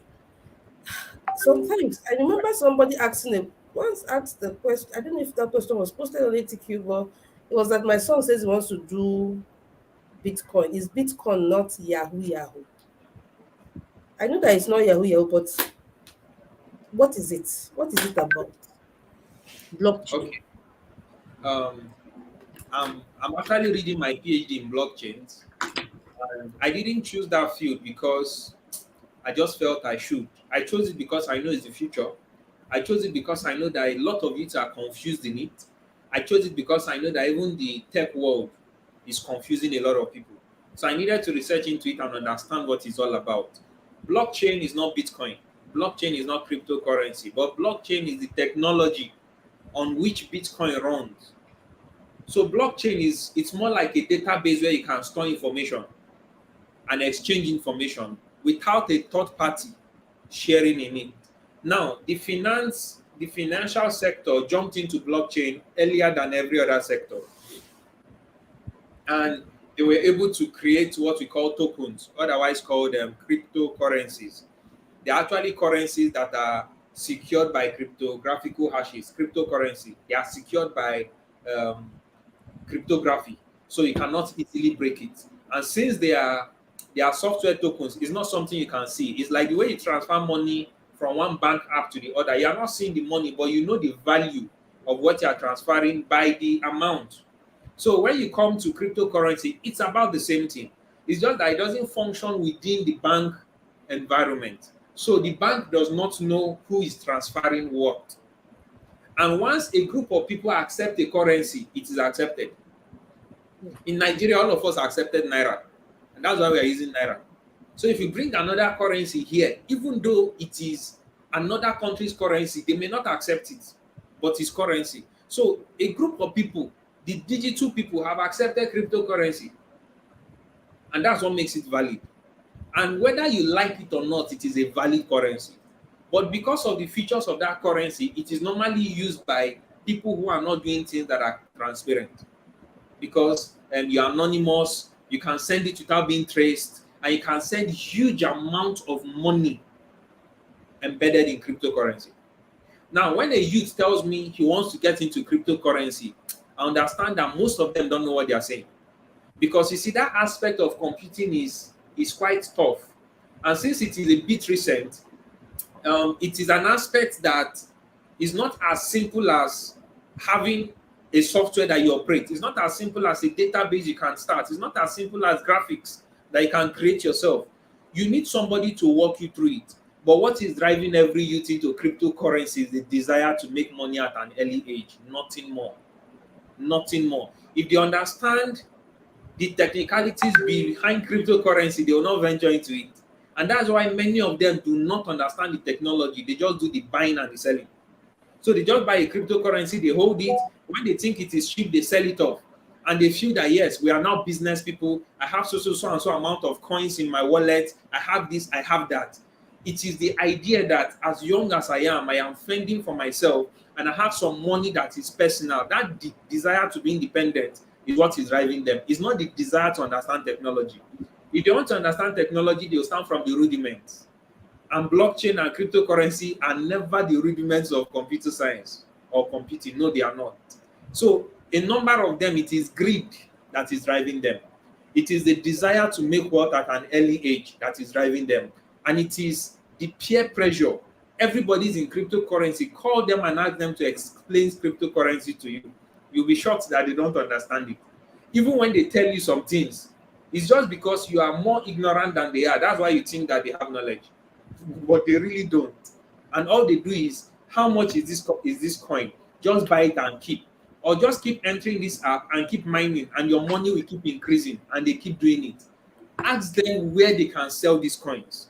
No. And that's why most of them will borrow money, put it into this, and it crashes. Forex is also very similar. These are professional fields that these young ones are entering into. But I will encourage the young people to get into blockchains. I will.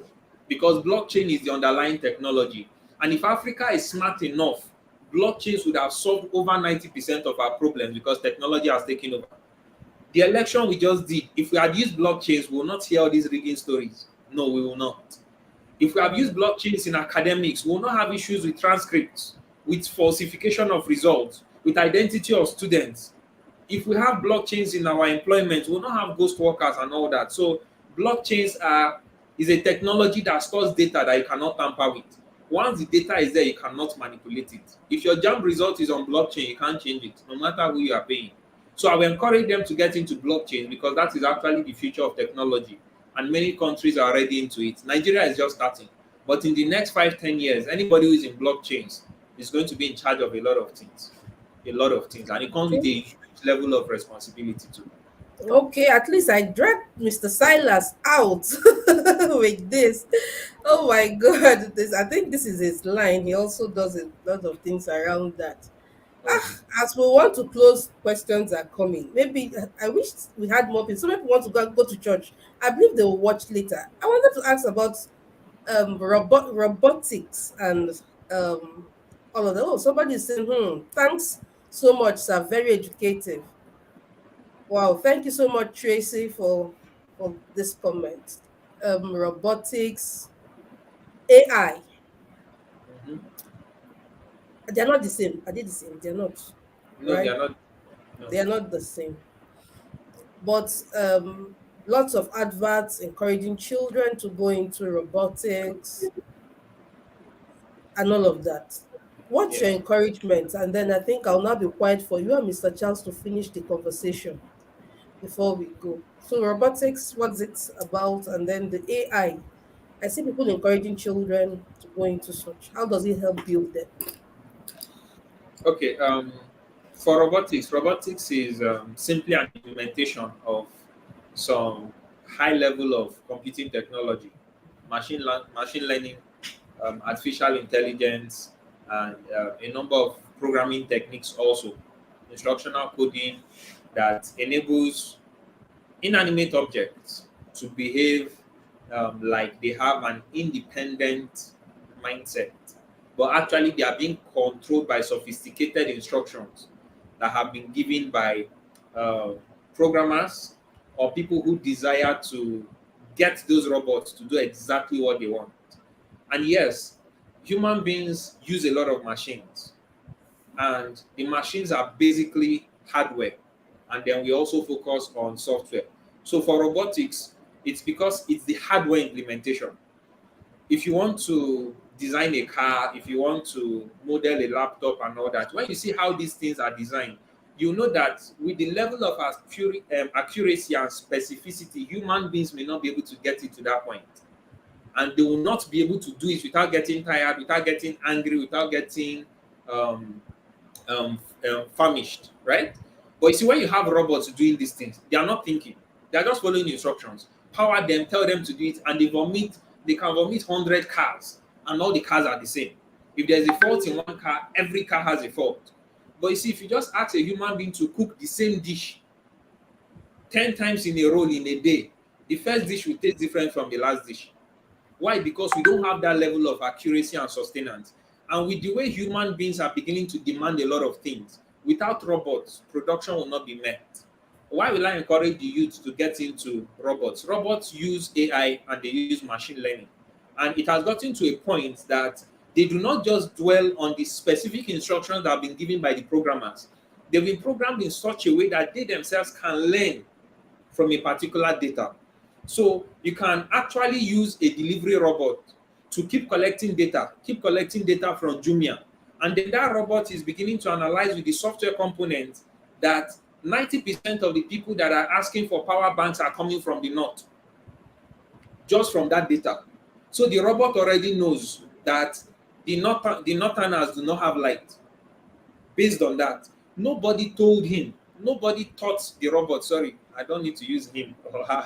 Nobody taught the robot, but from data, the robot is educating itself.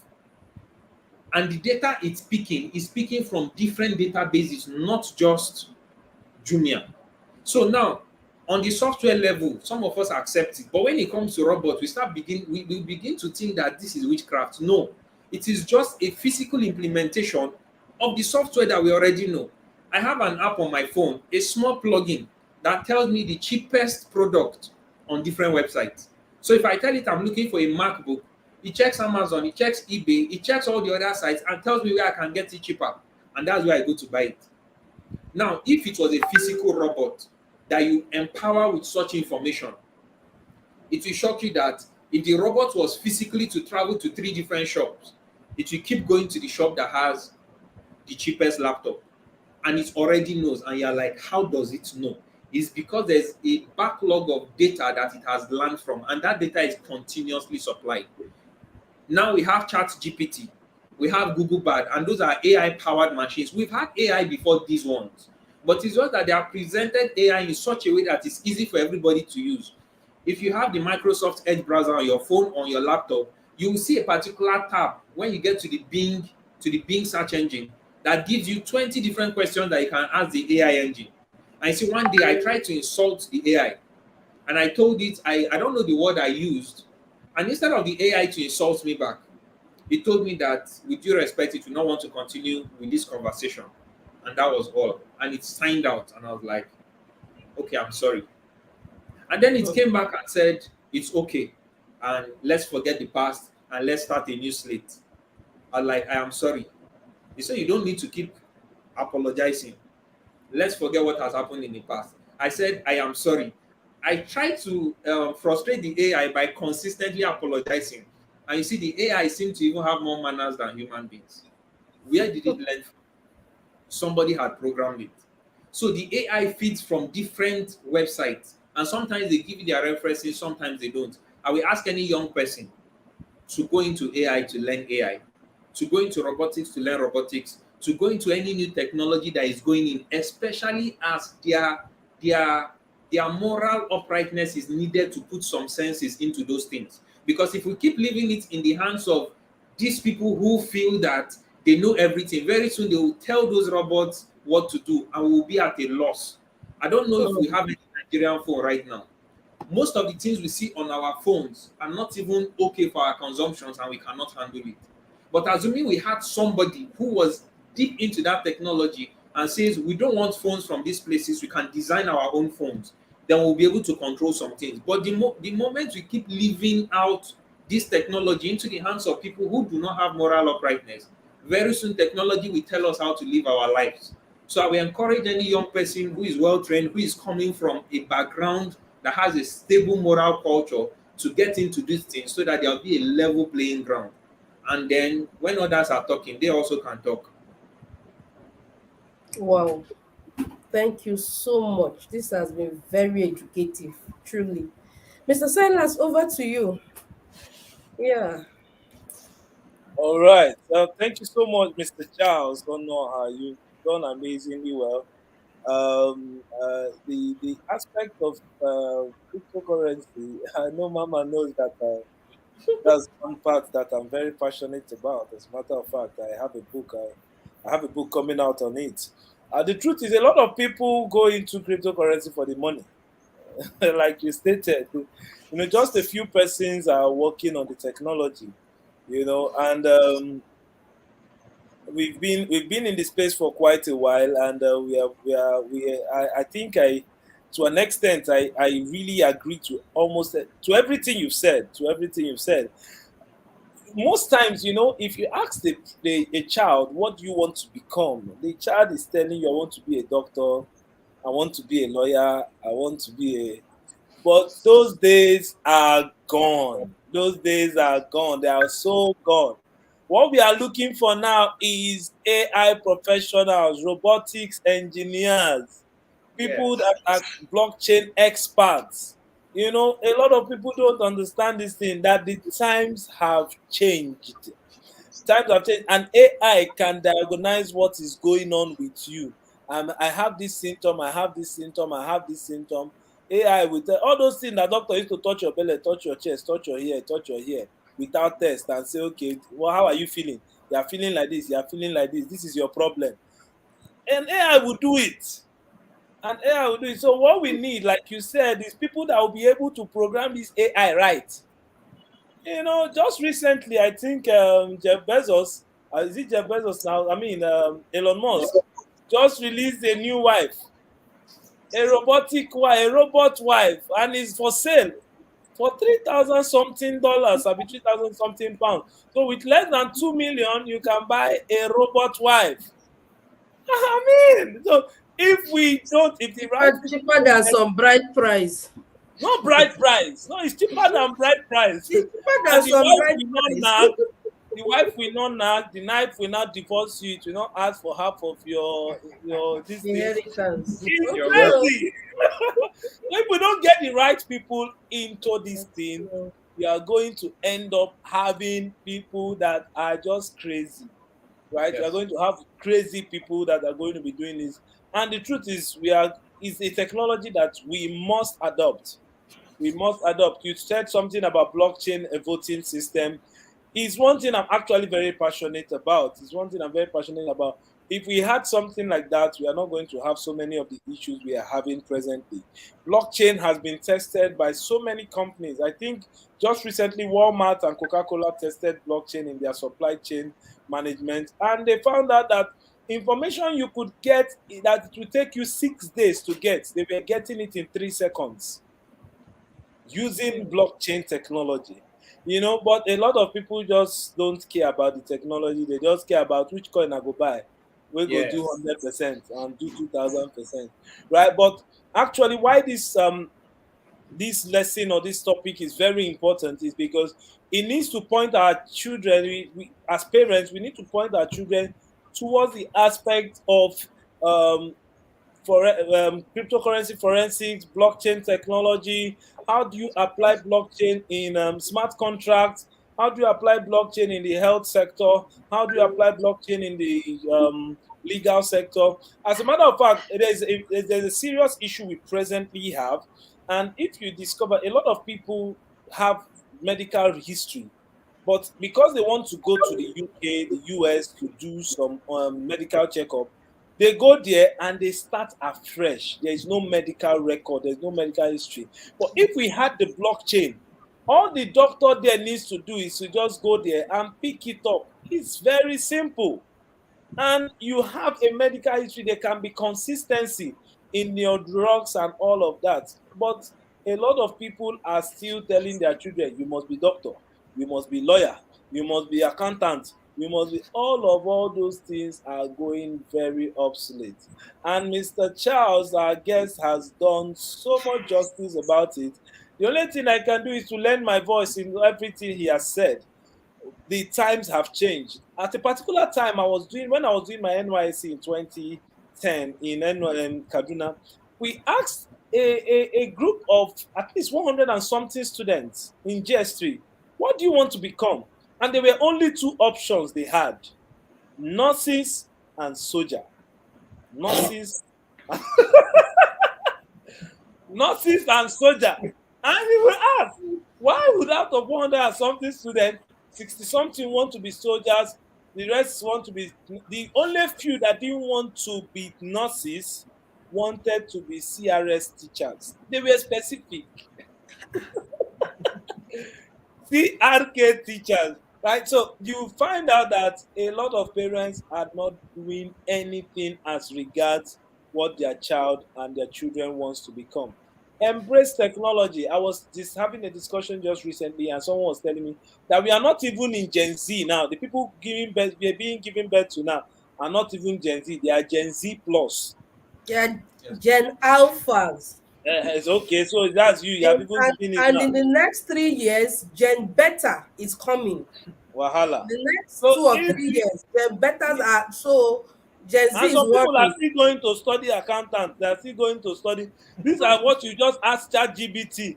Please compute the financial record of this business. This is how much I made this day. This is how much. They will compute it. As a matter of fact, even lawyers now, most times there are legal. If you want to create a legal document, ask ChatGPT, create this. It creates it. So there are so many. There are so many occupations that will become very extinct. So we just need to look into the future and advise our children, go into this, go into this. I had the privilege of speaking to a young boy that is into forensic cyber security. And when I asked him, why are you into cyber security? He said basically that everybody have gone online. So your security online is even more important than your security offline. We are talking of medical records, everything needs security. So I think, in my opinion, lending a voice to what Mr. Charles has said, it's not a time to tell your children, you go do doctor, you go do lawyer, you go do this thing, go to school, read well, pass your WAEC, do this thing. A lot of all those things are obsolete. So thank you so much, guys. Thank you so much. Madam Stella, I think I'll give you the chance to close. I know you really wanted me to be on the tone. You No, did, and I had to drag him out with the blockchain talk because I knew I've that if been, I just I've been say trying that to word, talk. he I've will been come trying to out. talk. But when I hear blockchain, I mean, even on blockchain is not what I can. I've hide. As I heard it, he started pulling me out. All right, Madam Right. Stella, over to you, ma. Thank you so much. Thank you, Mr. Charles, for the sacrifice. Mr. Charles was very strong this morning. I was even praying, God, let him not go to cancel. But thank God he was able to make it here. Thank God for the speedy healing. Thank God. Thank you so much, sir, for all you do for youths. Yes, please give us your socials. Oh, we can't go without that. Please, Mr. Charles, give us your socials, your final words also. Um, if you go to Facebook, you could use my name Onuoha Engineer Charles or Icon4X hashtag Icon4X icon digit 4 and X. You'll be able to follow a number of my write-ups. On Twitter, it's the same Icon4X. On Instagram, it's icon.4x. And I've always been somebody who loved technology. But you see, loving technology is not enough to change the world. You need to pass it across.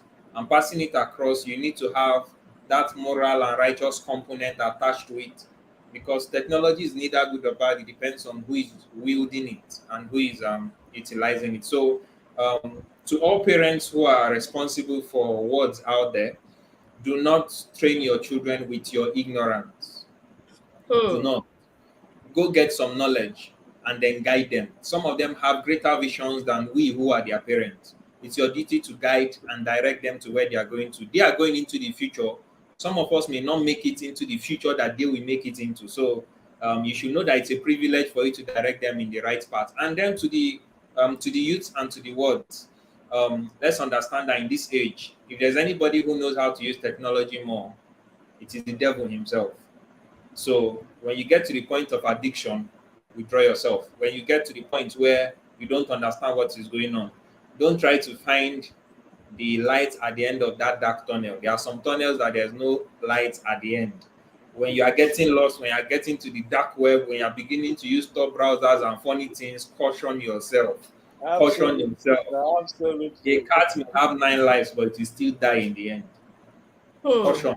Caution is necessary in the technology that we are seeing these days. Caution. Caution is more important than skill. Thank you. Thank you so much, sir. God bless you. You've had it all, parents. You've had it all. Oh. Don't train your children with your ignorance. Don't limit your children's chances to success with your archaic parenting style. There was a time when somebody said, you get educated for two reasons. It's either is an investment or is a consumption. And a lot of African parents are training their children as investment. I don't When my child become doctor, poverty will go. It's no Mama, longer you said doctor. You said doctor. That's how they have the real Nigerian pronunciation.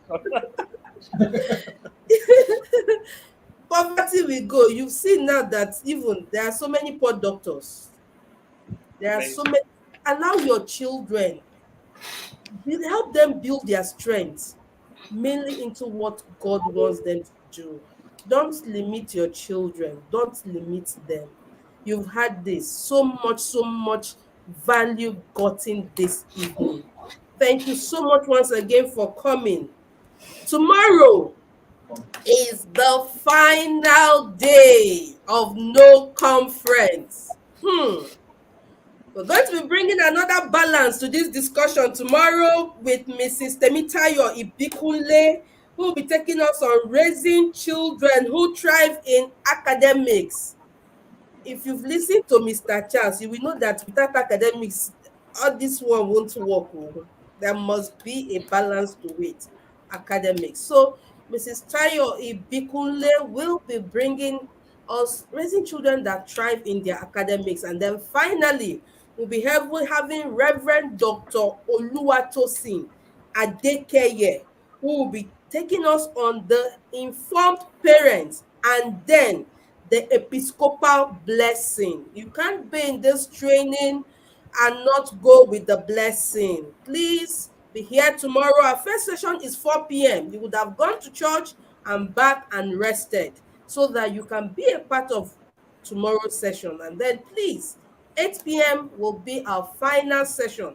For no reason, don't miss any of these sessions. And don't forget to invite everybody to be here. Don't forget to the last day is for everybody, abi, so come, invite everybody that you know to be a part of tomorrow. God bless you all once again. Thank you, Mr. Charles. Thank you, Mr. Silas. Mr. Silas has been the man working behind the scene to see that they are seeing our faces everywhere. All right, so thank you very much once again for what you do. Thank you, Sister Ukeme. She was our moderator for today, but for technical hitches, she couldn't continue. Thank you so much for accepting to do this. Yes, Sister Tayo is saying awesome time. Good to hear this. Awesome time. So Tracy said smiles. I wouldn't know at what point she smiled. She wrote that. Thank you, thank you, thank you. All right, so do have a wonderful night rest and do have a wonderful time in the presence of God tomorrow. See you 4 p.m. God bless you all. Bye-bye.